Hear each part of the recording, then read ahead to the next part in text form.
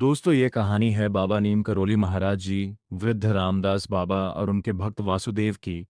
तो आइए पूरी घटना को शुरू से जानते हैं। बरसात की वह रात, एक दिन की बात है।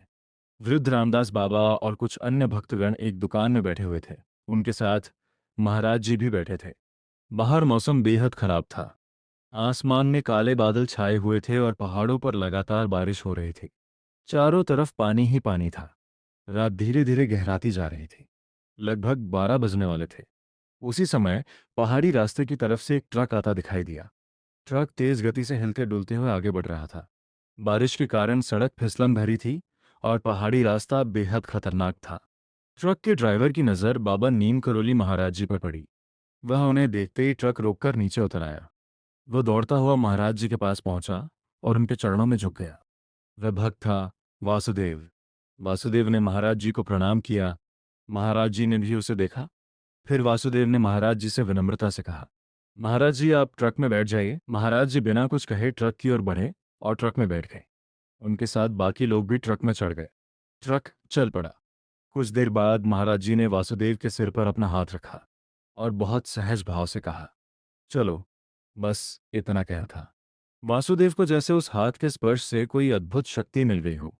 उसने ट्रक को आगे बढ़ा दिया, लेकिन उसे खुद भी पता नहीं था कि वह क्या कर रहा है। वह ट्रक को पहाड़ी रास्ते पर पूरी गति से दौड़ाने लगा। बारिश लगातार हो रही थी। सड़क जगह जगह से फिसलन भरी थी। एक तरफ ऊंचे पहाड़ थे और दूसरी तरफ गहरी खाई। जरा सी गलती और ट्रक सीधे खाई में जा सकता था। पीछे बैठे रामदास बाबा ने जब ट्रक की गति देखी तो वे घबरा गए। उन्हें लगा कि ट्रक इतनी तेज गति से चल रहा है कि किसी भी समय दुर्घटना हो सकती है। उन्होंने सबको सावधान करते हुए कहा, त्रिपाल ओढ़ लो, गाड़ी उलट सकती है। सभी लोग डर गए। किसी को समझ नहीं आ रहा था कि आखिर वासुदेव इतनी तेज गति से ट्रक क्यों चला रहा है। लेकिन वासुदेव जैसे किसी और ही अवस्था में था। उसे न बारिश की चिंता थी, न खतरनाक मोड़ों की। वह लगातार ट्रक को आगे बढ़ाता जा रहा था। मौत सामने थी। अब ट्रक पहाड़ी सड़क के सबसे खतरनाक हिस्से में पहुंच चुका था। सड़क घुमावदार थी।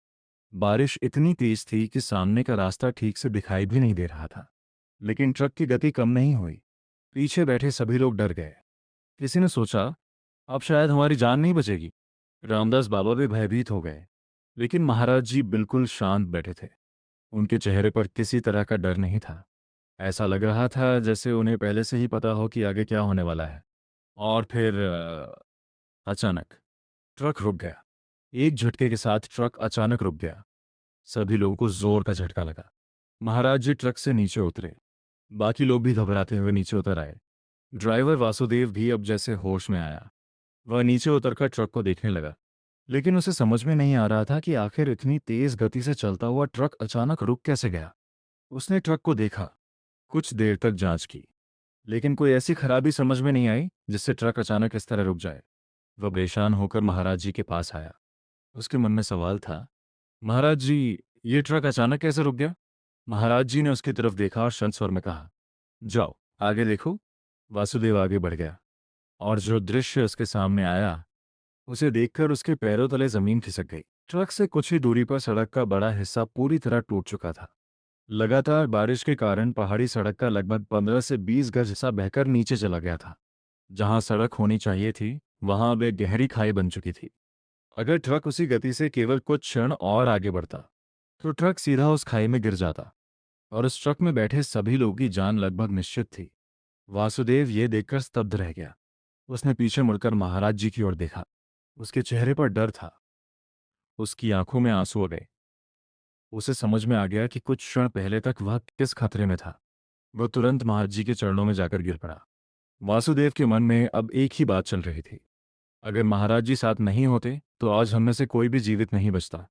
उसे याद आया कि जब महाराज जी ने उसके सिर पर हाथ रखा था और कहा था, चलो, उसके बाद से ही वह जैसे अपनी सुध बुध खोकर ट्रक चला रहा था। और फिर ठीक उस जगह पहुंचने से पहले ट्रक रुक गया जहाँ सड़क पूरी तरह खत्म हो चुकी थी। क्या यह सिर्फ संयोग था या फिर किसी अदृश्य शक्ति ने ट्रक को रोक दिया था? वहां मौजूद किसी भी व्यक्ति के पास इस सवाल का उत्तर नहीं था।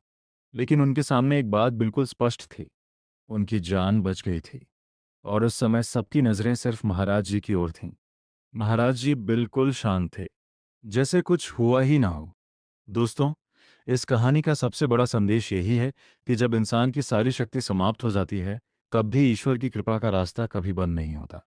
हम अपने जीवन में कई बार ऐसी परिस्थितियों से गुजरते हैं जहां हमें लगता है कि अब कोई रास्ता नहीं बचा, लेकिन हमें यह याद रखना चाहिए कि हमारी आंखें सिर्फ वर्तमान को देख सकती हैं।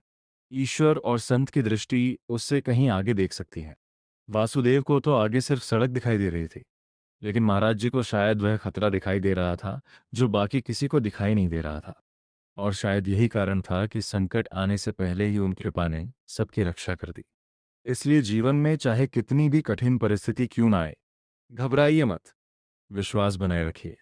सच्चे मन से भगवान को याद कीजिए, क्योंकि कई बार हमारी जिंदगी में आने वाली कोई छोटी सी घटना भी किसी बहुत बड़े संकट से हमारी रक्षा कर रही होती है। हमें उस समय उसका अर्थ समझ नहीं आता, लेकिन बाद में जब हम पीछे मुड़कर देखते हैं तो समझ आता है कि उस समय हमारे साथ कुछ ऐसा हुआ था जिसने हमें बचा लिया। वासुदेव और उसके साथ बैठे लोगों के लिए वह रात जिंदगी भर याद रहने वाली रात बन गई। एक ऐसी रात जब पहाड़ की खतरनाक सड़क पर मौत बिल्कुल सामने खड़ी थी, लेकिन उससे पहले ही एक ट्रक रुक गया और कई जिंदगियां बच गईं। यही तो संतों की कृपा है। अगर आपको ये कहानी अच्छी लगी हो तो वीडियो को लाइक जरूर करें और अपने परिवार तथा दोस्तों के साथ शेयर करें।